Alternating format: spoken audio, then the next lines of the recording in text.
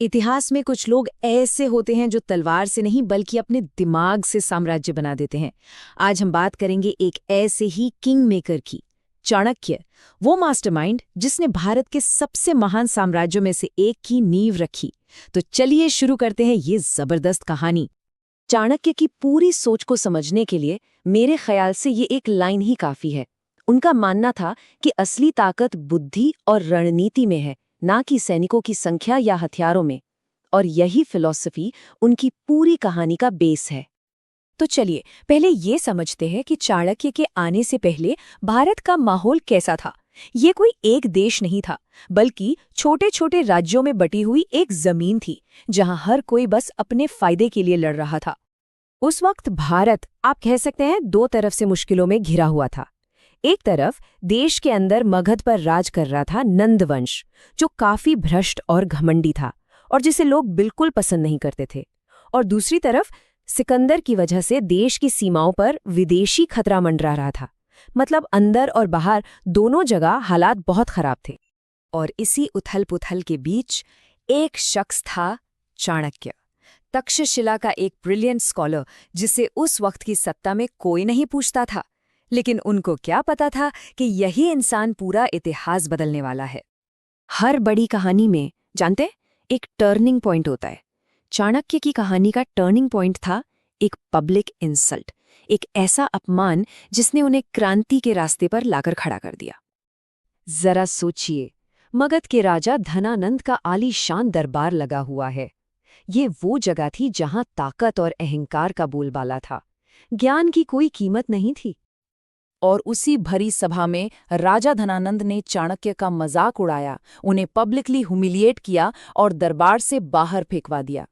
ये सिर्फ एक विद्वान का नहीं, ये ज्ञान का अपमान था। और बस उसी पल चाणक्य ने ये प्रतिज्ञा ली।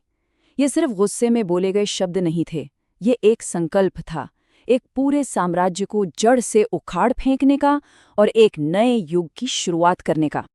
प्रतिज्ञा तो ले ली, लेकिन अब आगे क्या, उसे पूरा कैसे किया जाए?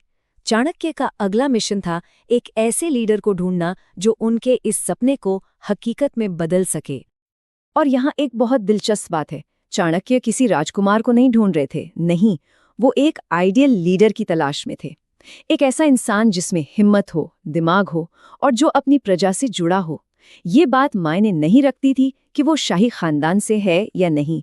सोचिए उस जमाने के लिए ये कितनी रेवोल्यूशनरी सोच थी। और आखिरकार उनकी ये तलाश खत्म हुई। एक साधारण से गांव में उन्हें एक नौजवान लड़का मिला, जिसमें लीडरशिप की वो सारी खूबियां थीं जो वो ढूंढ रहे थे। उस लड़के का नाम था चंद्रगुप्त मौर्य। चाणक्य को अपना सम्राट मिल गया था। तो अब टीम तैयार थी।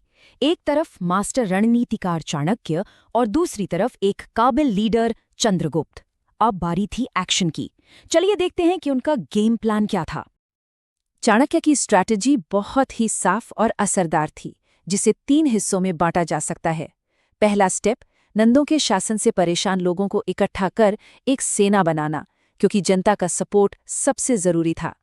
दूसरा स्टेप, सीधे राजधानी पर हमला करने की गलती नहीं करना, बल्कि पहले बाहर के इलाकों को जीतना, ताकि दुश्मन चारों तरफ से कमजोर हो जाए। और आखिर में तीसरा स्टेप, जब नंद साम्राज्य बिल्कुल अकेला और कमजोर पड़ गया, तब उसकी राजधानी पाटलिपुत्र पर फाइनल अटैक करना।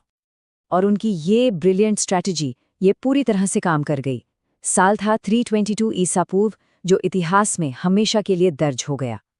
चाणक्य की प्रतिज्ञा पूरी हुई, धनानंद के घमंड का साम्राज्य ढह गया और उसकी राख पर खड़ा हुआ मौर्य साम्राज्य, भारत का पहला महान, एक मुत्तहिद साम्राज्य।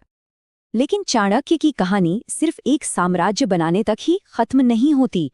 उनकी असली विरासत उनके विचार हैं, उनकी सोच है, जो आज भी उतनी ही रेलेवेंट हैं। उन्होंने शासन चलाने, कूटनीति और अर्थव्यवस्था पर अपना सारा ज्ञान एक ग्रंथ में लिखा, जिसे हम आज अर्थशास्त्र के नाम से जानते हैं। ये सिर्फ एक किताब नहीं है, ये एक तरह से स्टेट क्राफ्ट यानी देश चलाने का मैनुअल है। उनके सिद्धांत आज भी हमें हैरान कर देते हैं। वो कूटनीति के 4 तरीकों की बात करते थे। साम यानी बातचीत से मनाना, दाम यानी कीमत देकर साथ लाना, भेद यानी फूट डालना, और जब कुछ काम न आए तो दंड यानी ताकत का इस्तेमाल। वो मानते थे कि एक मजबूत जासूसों का नेटवर्क किसी भी राज्य की आंखें और कान होता है। उनका ये भी मानना था कि किसी भी देश की असली ताकत उसकी इकोनॉमी होती है। और सबसे बड़ी बात कि राजा का पहला और सबसे जरूरी कर्तव्य अपनी प्रजा की भलाई करना है। मतलब उनके लिए प्रैक्टिकल होना सबसे ऊपर था। तो ये पूरी कहानी हमें एक बहुत बड़े सवाल पर लाकर खड़ा करती है। चंद्रगुप्त यकीनन एक महान सम्राट थे, लेकिन क्या वो चाणक्य के बिना भी इतने महान बन पाते?